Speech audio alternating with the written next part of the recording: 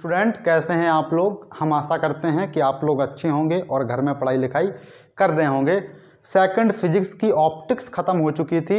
अब शुरुआत वाली फिजिक्स की हम लोगों को इलेक्ट्रोस्टैटिक्स से स्टार्ट करना था। क्या करना था? इलेक्ट्रोस्टैटिक्स। आज का जो लेक्चर है फर्स्ट लेक्चर है, तो यहाँ पे एकदम बेसिक चीज़ें हम लोग आसान से आसान पढ़ेंगे। किसी की अगर बेसिक कमज़ोर है तो यहाँ से कंटिन्यू करेगा, और जिसके बेसिक कंप्लीट हैं और यहाँ पे हम समझते हैं कि जो भी चीज़ें पढ़ाएंगे सबको आती होंगी, उसके बावजूद भी एक बार रिवाइज करेंगे जिससे आगे चल के कोई दिक्कत ना हो। तो इलेक्ट्रोस्टैटिक्स हिंदी में इसको बोलते हैं स्थिर वैद्युतिकी। क्या बोलते हैं? स्थिर वैद्युतिकी। स्थिर वैद्युतिकी। अगर हम लोग एनसीईआरटी किताब में चलेंगे तो एक इतिहास में पहुंच जाते हैं। इतिहास में जब जाएंगे तो हम लोग वहाँ पे चुंबक जानते हो ना, मैग्नेट को और हम लोग विद्युत को अलग अलग श्रेणियों में पढ़ रहे थे। किसको? मैग्नेट को और विद्युत को अलग अलग थ्योरीज में पढ़ रहे थे। उसके बाद हमारे फैराडेज आए। फैराडे ने क्या किया? लॉज दिए, उनके कुछ नियम थे, उन्होंने कुछ अनुप्रयोग किए जिनको हमें बताया। तो फैराडे के बाद से हम लोगों ने ये जाना कि जो इलेक्ट्रिसिटी होती है वो मैग्नेटिक फील्ड बनाती है, और मैग्नेटिक फील्ड जो होती है वो इलेक्ट्रिक फील्ड बनाती है। यहाँ से इलेक्ट्रोमैग्नेटिज्म एक जो चीज़ थी, इलेक्ट्रिसिटी कब प्रोड्यूस होगी? जब जो हमारा चार्ज रहेगा, आवेश रहेगा, जब वो बहेगा। क्या रहेगा? बहेगा। जब आवेश बहेगा तब जाकर के इलेक्ट्रिसिटी प्रोड्यूस होगी, और जब इलेक्ट्रिसिटी होगी तो मैग्नेट भी होगी। तो इलेक्ट्रोमैग्नेटिज्म जो हमारा टॉपिक है, जो यूनिट है, वो हम लोग आगे पढ़ेंगे, जिसमें आवेश बह रहा होगा। यहाँ पे है स्थिर वैद्युतिकी, यानी रुके हुए आवेश का अध्ययन करना है। किसका करना है? स्थिर आवेश का अध्ययन करना है। उस यूनिट को हम लोग कहते हैं स्थिर वैद्युतिकी कहते हैं। तो स्थिर वैद्युतिकी की परिभाषा क्या हो जाएगी कि जब आवेश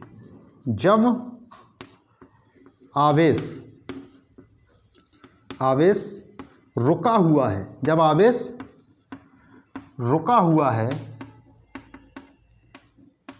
तो उसका अध्ययन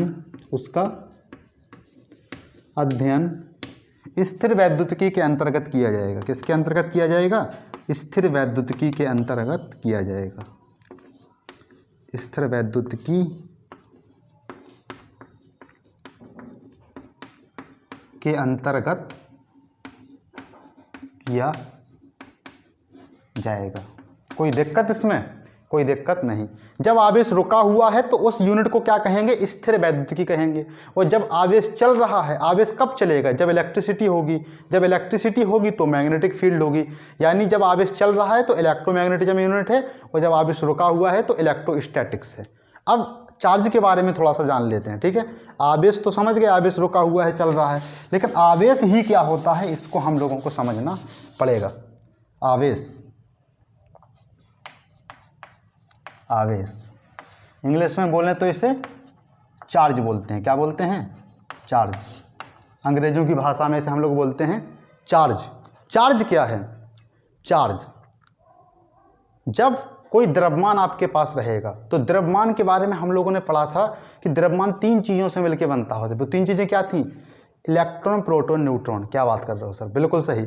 क्यों? क्योंकि जब भी कोई द्रव्यमान है या तो वो अणु है या तो वो क्या है? परमाणु है। और अणु किससे? परमाणुओं से मिलकर बना है। और परमाणु किससे बना? इलेक्ट्रॉन, प्रोटॉन और न्यूट्रॉन से। 3 चीज़ों से मिलकर बना है। इलेक्ट्रॉन, प्रोटॉन और न्यूट्रॉन। इलेक्ट्रॉन के ऊपर होता है नेगेटिव चार्ज। कैसा होता है? नेगेटिव। प्रोटॉन के ऊपर होता है पॉजिटिव, और न्यूट्रॉन के ऊपर कैसा होता है? उदासीन, यानी कोई भी चार्ज नहीं होता है। ये बात हम लोग जानते हैं। इलेक्ट्रॉन क्या होता है? नाभिक के चारों ओर चक्कर लगा रहा होता है। नाभिक क्या होता है? प्रोटॉन और न्यूट्रॉन से मिलकर नाभिक बना होता है। यानी किसी भी द्रव्यमान का, जब हम लोग द्रव्यमान संख्या पढ़ रहे थे तो द्रव्यमान संख्या बराबर पड़ा था प्रोटॉनों की संख्या प्लस न्यूट्रॉनों की संख्या। यानी प्रोटॉन और न्यूट्रॉन की संख्या को हम लोग परमाणु के एक एटम के द्रव्यमान में काउंट कर रहे थे। एक छोटे से एटम जिसको हम लोग आंखों से भी नहीं देख पा रहे हैं, उसके द्रव्यमान में भी हम लोग इलेक्ट्रॉन के मास का कोई भी अध्ययन नहीं कर रहे थे। तो फिर द्रव्यमान में इलेक्ट्रॉन के मास का कोई अध्ययन नहीं होगा। फिर भी क्या इलेक्ट्रॉन में मास नहीं रहेगा? रहेगा। इलेक्ट्रॉन में भी मास होता है, लेकिन वो इतना कम होता है कि हमें समझ में नहीं आता है। यानी किसी एक वस्तु से दूसरी वस्तु में हजारों इलेक्ट्रॉन्स भी ट्रांसफर हो जाएं, लाखों भी ट्रांसफर हो जाएं, करोड़ों भी ट्रांसफर हो जाएं, तो हमें उसके द्रव्यमान में कोई क्षति महसूस नहीं होगी। तो क्या क्षति नहीं होगी? होगी, लेकिन इतनी कम होगी कि हमें पता भी नहीं चलेगा। आई बात समझ में? ये बात तो हम लोग समझ गए कि एक वस्तु से दूसरी वस्तु में इलेक्ट्रॉन ट्रांसफर हो सकते हैं, होते हैं। क्यों? क्योंकि इलेक्ट्रॉन नाभिक के चारों ओर चक्कर लगा रहे होते हैं। हम लोग उसको रगड़ करके किसी दो बॉडीज़ को आपस में रगड़े या किसी दो बॉडीज़ को आपस में टच किए। कहने का मतलब ये है कि इलेक्ट्रॉन को हम लोग काइनेटिक एनर्जी ऐसे ही दिए तो इलेक्ट्रॉन क्या हो जाएगा? एक वस्तु से दूसरी वस्तु में भाग जाएगा। और हर वस्तु उदासीन होती है। हर वस्तु क्या होती है? उदासीन होती है। क्यों होती है? क्योंकि उसमें जितने प्रोटॉन होते हैं उतने ही इलेक्ट्रॉन होते हैं, और इलेक्ट्रॉन और प्रोटॉन दोनों के ऊपर समान आवेश होता है। और जब समान आवेश होता है, जब किसी वस्तु से इलेक्ट्रॉन्स निकल गए यानी नेगेटिव आवेश निकल गया, तो उस वस्तु में अपने आप प्रोटॉन की संख्या बढ़ गई और वहाँ पे जो आवेश आ गया वो पॉजिटिव आवेश आ गया। किसी वस्तु में वो इलेक्ट्रॉन्स चले गए यानी वहाँ इलेक्ट्रॉन और प्रोटॉन दोनों बराबर थे, लेकिन एक्स्ट्रा इलेक्ट्रॉन्स आ गए, मतलब इलेक्ट्रॉन्स की संख्या बढ़ गई, तो वहाँ पे नेगेटिव चार्ज आ गया। इस कॉन्सेप्ट में कोई दिक्कत नहीं है। यानी नेगेटिव चार्ज को कौन बता रहा है? इलेक्ट्रॉन बता रहा है, और प्रोटॉन पॉजिटिव चार्ज को बता रहा है। जब किसी के ऊपर नेगेटिव चार्ज है मतलब उसमें इलेक्ट्रॉन्स की अधिकता है, जब किसी के ऊपर पॉजिटिव चार्ज है मतलब उसमें इलेक्ट्रॉन्स की कमी है। अब किसी वस्तु को आवेशित करने के लिए सबसे जिम्मेदार कण कौन सा है? तो हम लोग कहेंगे इलेक्ट्रॉन्स। क्यों? क्योंकि प्रोटॉन तो नाभिक के अंदर बंधा हुआ है, एक जगह से दूसरी जगह नहीं जा रहा है। सिर्फ इलेक्ट्रॉन ही एक जगह से दूसरी जगह जा पा रहा है। अगर नेगेटिव चार्ज लाना है तो इलेक्ट्रॉन्स को निकालना है, नहीं, इलेक्ट्रॉन्स को लाना है। नेगेटिव चार्ज लाना है यानी इलेक्ट्रॉन्स की अधिकता करनी है, इलेक्ट्रॉन्स को लाना है। और अगर पॉजिटिव चार्ज लाना है तो इलेक्ट्रॉन्स को निकालना है। यानी नेगेटिव और पॉजिटिव दोनों में ही हमें इलेक्ट्रॉन्स का स्थानांतरण करना पड़ रहा है। तो आवेश को लाने के लिए जिम्मेदार जो कण है वो है इलेक्ट्रॉन। कौन है? इलेक्ट्रॉन। ठीक है। आवेश के प्रकार हम लोग समझ ही रहे हैं कि दो प्रकार के हैं, एक नेगेटिव एक पॉजिटिव। आवेश के प्रकार के बारे में जब पता नहीं था तो उसको किस तरीके से जज किया गया हो, एक कहानी के माध्यम से हम लोग समझते हैं। ठीक है। कहानी क्या है? आवेश क्या होता है, समझे कुछ? आवेश कैसे पता चलेगा कि आवेश है किसी वस्तु के ऊपर? जब किसी वस्तु से इलेक्ट्रॉन्स निकल गए या किसी वस्तु के ऊपर इलेक्ट्रॉन्स चले गए तो उसके ऊपर वो वस्तु आवेशित हो गई। लेकिन पता तब चलेगा जब वह वस्तु किसी दूसरी अपने से छोटी वस्तु को अपनी ओर आकर्षित करने लग गई या प्रतिकर्षित करने लग गई, तो हम लोग मान लेंगे कि वह वस्तु क्या है? क्या है? आवेशित है। यानी किसी वस्तु के ऊपर एक चुंबकीय गुण आ जाएगा, एक चुंबकीय गुण आ जाएगा, वही गुण क्या है? आवेश है। यानी किसी द्रव्यमान का, लिखो, किसी द्रव्यमान का, किसी द्रव्यमान का वह चुंबकीय गुण, वह चुंबकीय गुण, वह चुंबकीय गुण जिसके कारण वह द्रव्यमान अपने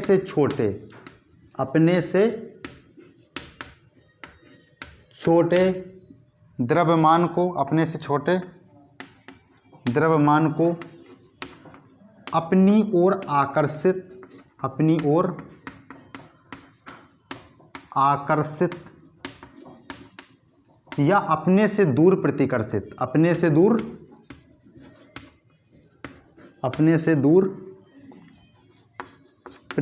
करता है, करता है। मतलब आवेश क्या है? किसी वस्तु का या किसी द्रव्यमान का एक गुण है। यानी गुण क्या होता है? गुण को हम लोग ओनली महसूस कर सकते हैं, उसको निकाल करके दिखा नहीं देंगे कि ये क्या है, उसका गुण है। जैसे किसी व्यक्ति का गुण है कि वो बहुत ज़्यादा गुस्सा करता है, तो उसके गुस्से को लोग महसूस ही कर सकते हैं। ऐसा नहीं है कि उस व्यक्ति के अंदर से निकाल करके ऐसे गुस्से को दिखा दे कि देखो ये है गुस्सा और निकाल दिए, नहीं। इसी प्रकार जो आवेश है वह क्या है? किसी द्रव्यमान का गुण है, और वह गुण महसूस होगा। क्यों? जब वह द्रव्यमान किसी दूसरे द्रव्यमान को अपनी ओर आकर्षित करने लग गया या प्रतिकर्षित करने लग गया, तो हम लोग मान लेंगे कि यह इसके ऊपर क्या है? आवेश है। ठीक है ना? ठीक है। अब देखो आवेश के दो प्रकार हम लोगों को समझना है, उसके लिए एक बहुत ही सुंदर सी कहानी हम लोग समझते हैं। मैक्सिमम जो बच्चे रहेंगे हिंदी मीडियम के हैं तो गांव जरूर देखे होंगे। गांव में क्या होता था, पहले बहुत सारे खेल दिखाने वाले, तमाशा दिखाने वाले, जादू दिखाने वाले गांव-गांव में टहलते थे। तो मान लो कोई एक जादू दिखाने वाला व्यक्ति एक तुम्हारे यहाँ पे आया, उसने क्या किया, उसके पास एक थी कांच की छड़। क्या थी? कांच की छड़ थी उसके पास, और एक उसके पास था रेशम का कपड़ा। क्या था? रेशम का कपड़ा। और उसने क्या सोचा कि हम चलो जादू दिखाते हैं। उसने क्या कर लिया, रेशम के कपड़े को कांच की छड़ में रगड़ लिया और फिर क्या किया, थोड़ी देर में जब उसने रेशम के कपड़े को फेंका और देखा तो ऐसे दूर से कर दिया तो रेशम का कपड़ा तुरंत खिंचा हुआ चला आया। क्यों? क्योंकि जो हमारा कांच की छड़ होती है रेशम के कपड़े से बहुत ज़्यादा इलेक्ट्रॉन नेगेटिव होती है, और जो रेशम का कपड़ा होता है बहुत ज़्यादा इलेक्ट्रॉन धनी होता है। यानी कहने का मतलब क्या है कि ये कांच की छड़ और रेशम के कपड़े को अगर रगड़ दोगे तो ये दोनों को एक दूसरे को बहुत तेज़ी से आकर्षित करेंगे। ठीक है। और फिर उसने क्या किया, एक दूसरी छड़ ली और दूसरा एक रेशम का कपड़ा लिया, और फिर देखा तो ये वाली कांच की छड़ भी इस कपड़े को आकर्षित कर रही थी, ये वाली कांच की छड़ भी इसको आकर्षित कर रही थी। लेकिन जादू जब हुआ, जब उसने कांच की छड़ को कांच की छड़ के पास देखा, जैसे रखा, तो कांच की छड़ और कांच की छड़ भी एक दूसरे से दूर भाग गई। तो जादू, लोगों को लगा कि बहुत तगड़ा जादू है। और जब रेशम के कपड़े के ऊपर रेशम के कपड़े को रखा तो रेशम के कपड़े भी एक दूसरे से क्या हो गए, दूर भाग गए। और जब दूसरे वाले रेशम के कपड़े को दूसरे वाले रेशम के कांच की छड़ से लगाया तो ये दोनों एक दूसरे को क्या करने लग गए, आकर्षित करने लग गए। कहने का मतलब ये हो रहा था, यहाँ से ऐसा महसूस हो रहा था कि रेशम के कपड़ों के ऊपर समान प्रकार का आवेश है और कांच की छड़ के ऊपर समान प्रकार का आवेश है, लेकिन कांच की छड़ और रेशम के कपड़े में विपरीत प्रकार का आवेश है। और यहाँ से हमें पता चला कि दो प्रकार के आवेश होते हैं जो कि एकदम एक दूसरे से विपरीत प्रकृति के होते हैं। तो एक का नाम दिया गया धनात्मक आवेश, धनात्मक आवेश, और एक का नाम दिया गया ऋणात्मक आवेश। कैलकुलेशन में धनात्मक को पॉजिटिव डिनोट करेंगे, ऋणात्मक को नेगेटिव, लेकिन इसका अर्थ ये नहीं है कि धनात्मक का मतलब मैथमेटिक्स के धनात्मक और ऋणात्मक का मतलब मैथमेटिक्स के ऋणात्मक नहीं। ये दोनों नाम एक दूसरे को विपरीत प्रकृति शो कर रहे हैं, इसीलिए इन दोनों का नाम सिर्फ नाम है, ऋणात्मक और धनात्मक। ऐसा कोई मैथमेटिकल वाली चीज़ यहाँ पे नहीं है। ठीक है ना। तो धनात्मक एक आवेश होता है, ऋणात्मक। दोनों की प्रॉपर्टीज, जो गुण रहते हैं, एक दूसरे के एकदम जस्ट विपरीत होते हैं। ठीक है। यानी इसके ऊपर था धनात्मक और इसके ऊपर था ऋणात्मक, और यहां से पता चला कि विपरीत प्रकार के यानी पॉजिटिव और नेगेटिव एक दूसरे को आकर्षित करते हैं। नेगेटिव और नेगेटिव यानी एक दूसरे को प्रतिकर्षित करते हैं, और पॉजिटिव एक दूसरे को प्रतिकर्षित करते हैं। यहाँ से एक बात समझ में आई कि विपरीत प्रकार के आवेश यानी विजातीय आवेश, विषम जाति के आवेश एक दूसरे को आकर्षित करते हैं, और समान जाति के यानी नेगेटिव और पॉजिटिव एक दूसरे को प्रतिकर्षित करते हैं। आई बात समझ में। आवेश दो प्रकार के, पॉजिटिव पॉजिटिव एक दूसरे को प्रतिकर्षित, नेगेटिव पॉजिटिव एक दूसरे को आकर्षित, नेगेटिव एक दूसरे को प्रतिकर्षित करते हैं। ठीक है, आगे चलते हैं।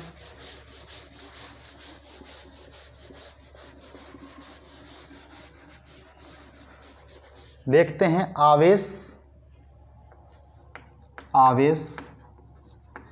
के गुण यानी प्रॉपर्टीज ऑफ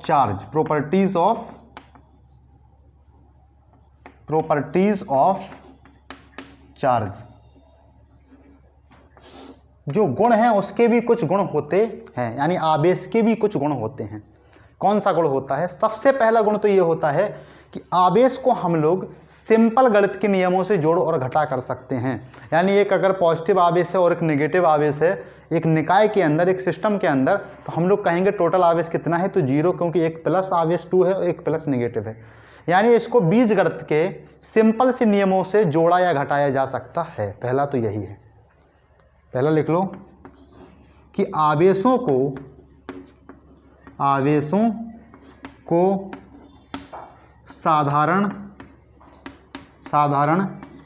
बीजगणितीय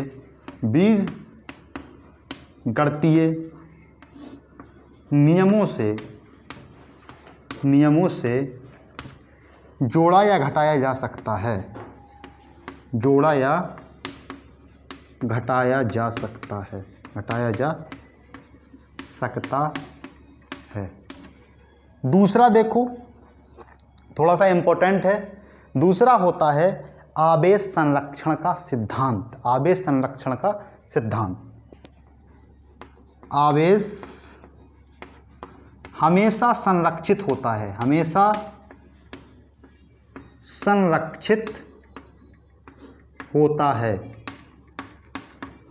कहने का मतलब क्या है कि ना तो आवेश को उत्पन्न किया जा सकता है, ना ही आवेश को नष्ट किया जा सकता है। इसको सिर्फ एक बॉडी से दूसरी बॉडी में ट्रांसफ़र किया जा सकता है। एक बॉडी से दूसरी बॉडी में ट्रांसफ़र किया जा सकता है। कहने का मतलब क्या है? अब संरक्षण के बहुत सारे सिद्धांत होते हैं भौतिकी में। एक आप लोगों ने पढ़ा है ऊर्जा संरक्षण का सिद्धांत, एक पढ़ा है द्रव्यमान संरक्षण का सिद्धांत, एक पढ़ा है संवेग संरक्षण का सिद्धांत, ठीक है ना, और एक हमारा आ गया आवेश संरक्षण का सिद्धांत। संवेग में भी रेखीय संवेग होता है, ये भी हम लोग जानते हैं। तो देखो, हर संवेग संरक्षण के सिद्धांत की एक अपनी कहानी है, लेकिन हर में एक चीज़ तो कॉमन है, जो है ना तो उसको उत्पन्न किया जा सकता है, ना ही उसको नष्ट किया जा सकता है। जैसे ऊर्जा संरक्षण के सिद्धांत में ना तो ऊर्जा को उत्पन्न किया जा सकता है, ना ही ऊर्जा को नष्ट किया जा सकता है। कंडीशन, इसको सिर्फ एक रूप से दूसरे रूप में परिवर्तित किया जा सकता है। यानी अगर काइनेटिक एनर्जी है तो उसको स्थितिज ऊर्जा में कन्वर्ट कर लेंगे, यांत्रिक ऊर्जा है तो विद्युत ऊर्जा में कन्वर्ट कर लेंगे, और ऊष्मीय ऊर्जा है तो उसको विद्युत ऊर्जा में, यानी कि एक रूप से दूसरे रूप में तुम ट्रांसफ़र कर सकते हो, लेकिन इसकी जितनी हमेशा वो क्या रहेगा, संरक्षित रहेगा, यानी ना उत्पन्न होगा ना ही नष्ट होगा। द्रव्यमान का क्या था? ना द्रव्यमान उत्पन्न होगा ना ही द्रव्यमान नष्ट होगा। कंडीशन, इसके आकार में परिवर्तन किया जा सकता है, आकार में परिवर्तन किया जा सकता है, यानी एक रूप से दूसरे रूप में इसको ढाला जा सकता है, लेकिन ना तो उत्पन्न होगा ना ही नष्ट होगा। और इसकी अवस्थाओं में भी परिवर्तन किया जा सकता है। द्रव्यमान में कभी गैस है तो ठोस हो जाएगा, कभी ठोस है तो द्रव हो जाएगा, द्रव है तो कुछ भी हो जाएगा। मतलब इस प्रकार से उसके आकार और अवस्थाओं में परिवर्तन कर सकते हैं। द्रव्यमान ना तो उत्पन्न होगा ना ही नष्ट होगा। इसी प्रकार हमारा आवेश है। क्या है? आवेश। आवेश की अगर अच्छी परिभाषा देखोगे तो हमें समझ में आएगा कि ना तो आवेश उत्पन्न होगा ना ही नष्ट होगा, और एक पूरे निकाय का आवेश ना तो उत्पन्न किया जा सकता है ना ही नष्ट किया जा सकता है। सिर्फ एक बॉडी से दूसरी बॉडी में, यानी स्थानांतरित किया जा सकता है। एक बॉडी से दूसरी बॉडी में ट्रांसफ़र कर रहे हो, मतलब एक जगह से दूसरी जगह स्थानांतरित कर रहे हो। क्या कर रहे हो? स्थानांतरित कर रहे हो। आई ना बात समझ में? एक निकाय का टोटल आवेश क्या रहता है? संरक्षित रहता है, और उसको एक बॉडी से दूसरे बॉडी में ट्रांसफ़र कर सकते हो। तो लिख लो कि आवेश को ना तो उत्पन्न किया जा सकता है, आवेश को ना तो उत्पन्न किया जा सकता है, ना तो उत्पन्न किया जा सकता है, उत्पन्न किया जा सकता है, और ना ही नष्ट किया जा सकता है, नष्ट किया जा सकता है। ठीक है, इसको सिर्फ एक जगह से दूसरी जगह स्थानांतरित किया जा सकता है। यहाँ पे दिख नहीं रहा है तो ऊपर लिख देते हैं। इसको एक वस्तु से दूसरी वस्तु में, यानी एक बॉडी से दूसरी बॉडी में ट्रांसफ़र किया जा सकता है। एक वस्तु से दूसरी वस्तु में वस्तु में स्थानांतरित किया जा सकता है, स्थानांतरित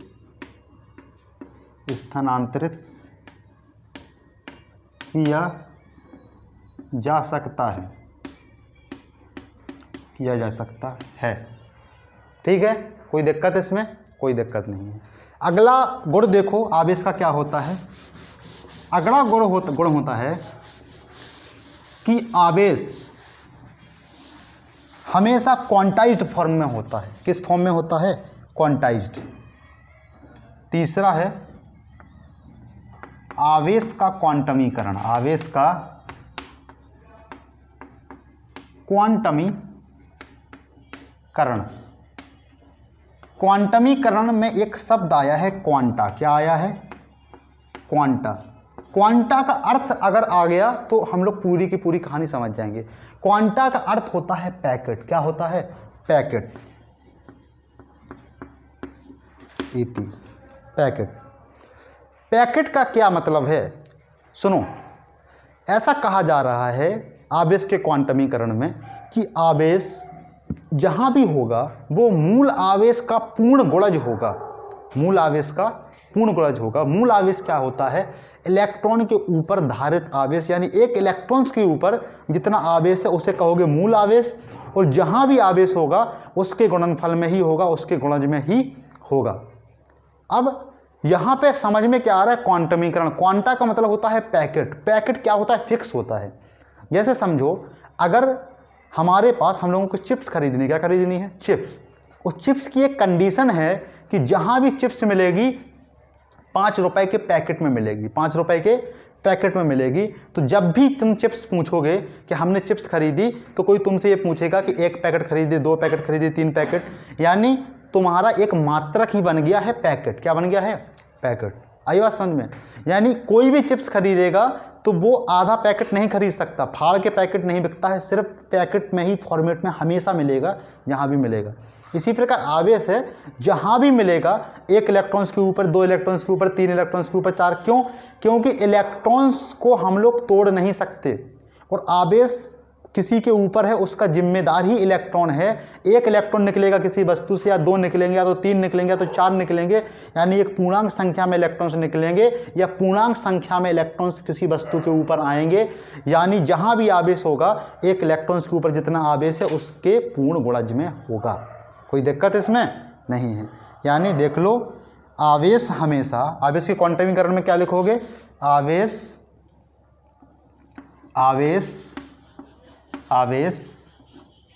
मूल आवेश का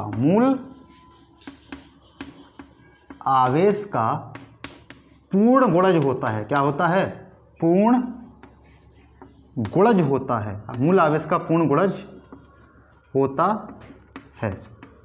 यानी अगर आवेश तुम्हारा Q है तो कोई ना कोई पूर्णांक संख्या आएगी n, और आ जाएगी E। n यहाँ पे पूर्णांक है। क्या है? पूर्णांक है। और E क्या है? मूल आवेश है। क्या है? मूल आवेश। और कोई पूछे कि मूल आवेश क्या है, यानी इलेक्ट्रॉन्स के ऊपर आवेश, इलेक्ट्रॉन्स के ऊपर आवेश, इलेक्ट्रॉन्स के ऊपर आवेश। आई बात समझ में? इलेक्ट्रॉन्स के ऊपर जितना आवेश होता है उतना ही प्रोटॉन के ऊपर होता है, और जिसका एक फिक्स मान होता है, यानी E बराबर फिक्स मान होता है 1.6 × 10⁻⁻19 कूलाम। कूलाम को C से लिखते हैं, ठीक है ना? यानी E बराबर 1.6 × 10⁻⁻19। इलेक्ट्रॉन्स के ऊपर यही चीज़ माइनस में होती है, प्रोटॉन्स के ऊपर यही चीज़ प्लस में होती है।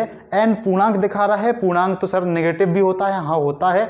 अगर किसी वस्तु के ऊपर इलेक्ट्रॉन्स आए तो वहाँ नेगेटिव में आ जाएगा पूर्णांक, और किसी वस्तु से इलेक्ट्रॉन्स निकले तो वहाँ पॉजिटिव में चला जाएगा। यानी अगर हम लोग कहें किसी वस्तु से 500 इलेक्ट्रॉन्स निकाले गए, किसी वस्तु से 500 इलेक्ट्रॉन्स निकाले गए, तो बताओ उसके ऊपर कितना आवेश है, n का मान बताओ। तो वहाँ जो n का मान निकालोगे वो कैसे आएगा? निकाले गए मतलब उसके ऊपर पॉजिटिव आवेश, तो n प्लस में आ जाएगा। किसी वस्तु के ऊपर 500 इलेक्ट्रॉन्स आए तो n नेगेटिव में आ जाएगा। और इलेक्ट्रॉन्स के ऊपर होता है 1.6 × 10⁻⁻19 कूलाम चार्ज, और प्रोटॉन के ऊपर होता है प्लस 1.6 × 10⁻⁻19 कूलाम चार्ज। एक क्वेश्चन हम लोग कर लेते हैं सॉल्व, वहाँ से थोड़ा कॉन्सेप्ट हमारा क्लियर हो जाएगा।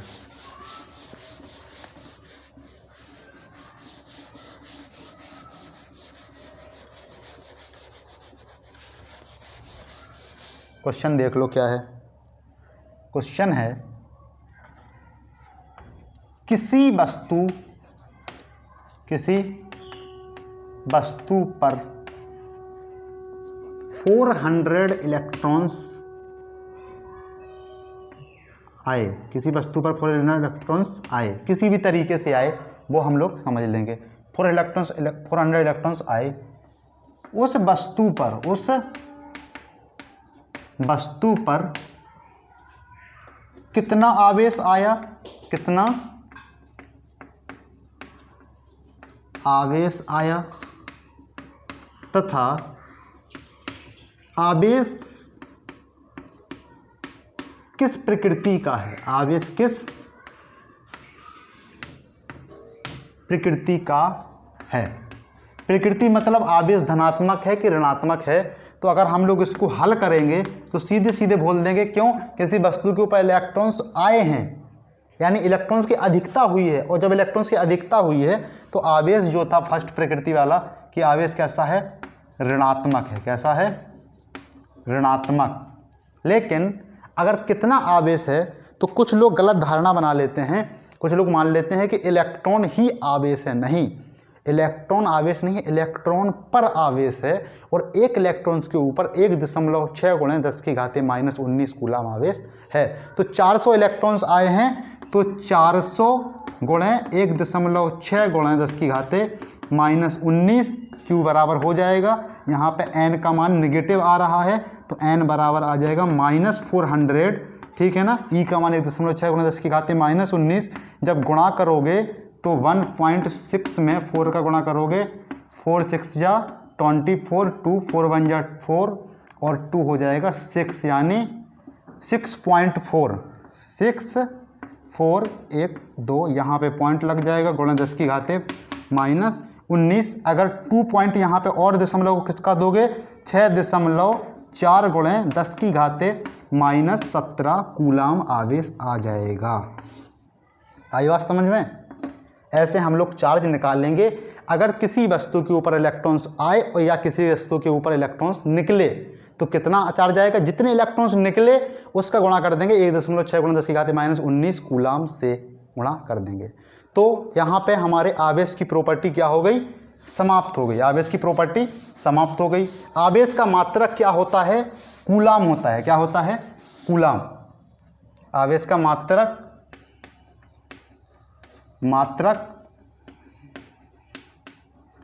कूलाम होता है। और एक फॉर्मूला भी हम लोग जानते हैं, Q = I/T, और यहाँ पे I अगर निकालोगे तो आ जाएगा Q/T। मतलब अगर किसी भी चीज़ के बटे में T चला जाता है ना तो वो उस चीज़ की दर हो जाती है। तो I है विद्युत धारा, क्या है, विद्युत धारा, और Q/T लिखा है, मतलब 1 सेकंड में कितना आवेश बह रहा है वही क्या हो जाएगी, हमारी विद्युत धारा हो जाएगी। यानी 1 सेकंड में कितना बह रहा है, और अगर हम लोग कई सेकंड में बहेगा आवेश, तो अगर आवेश निकालोगे तो विद्युत धारा से समय का क्या करोगे, मल्टीप्लाई करोगे, तो Q बराबर हो जाता है I/T। यहाँ से एक मात्रक और निकल के आ रहा है, एम्पियर सेकंड। क्या आ रहा है, एम्पियर सेकंड, क्योंकि विद्युत धारा का मात्रक एम्पियर है और समय का मात्रक सेकंड है। एम्पियर सेकंड भी आवेश का मात्रक होता है। और आज का लेक्चर हम लोग यहीं पे समाप्त करेंगे। आप लोग पढ़ाई करते रहें और चैनल को सब्सक्राइब कर लें। जैसे ही 1000 सब्सक्राइबर होंगे हम लोग लाइव क्लास लेना चालू कर देंगे। ठीक है, ओके, बाय।